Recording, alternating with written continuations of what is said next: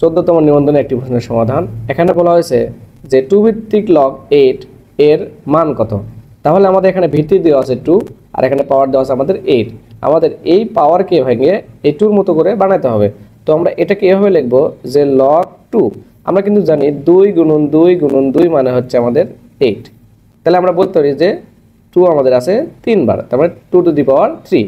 তো এখন এই যে পাওয়ার, এই পাওয়ারটাকে আমরা সামনে নিয়ে আসবো, কারণ আমরা সূত্র জানি যে আমরা এখানে বলতে লগ 2 2। আমরা সূত্র কিন্তু জানি যে log a to the power m, তারপরে যদি r থাকে এটা বলতে পারি r সমান log r into log a to the power m। আমরা এইভাবে সূত্র লিখতে পারি।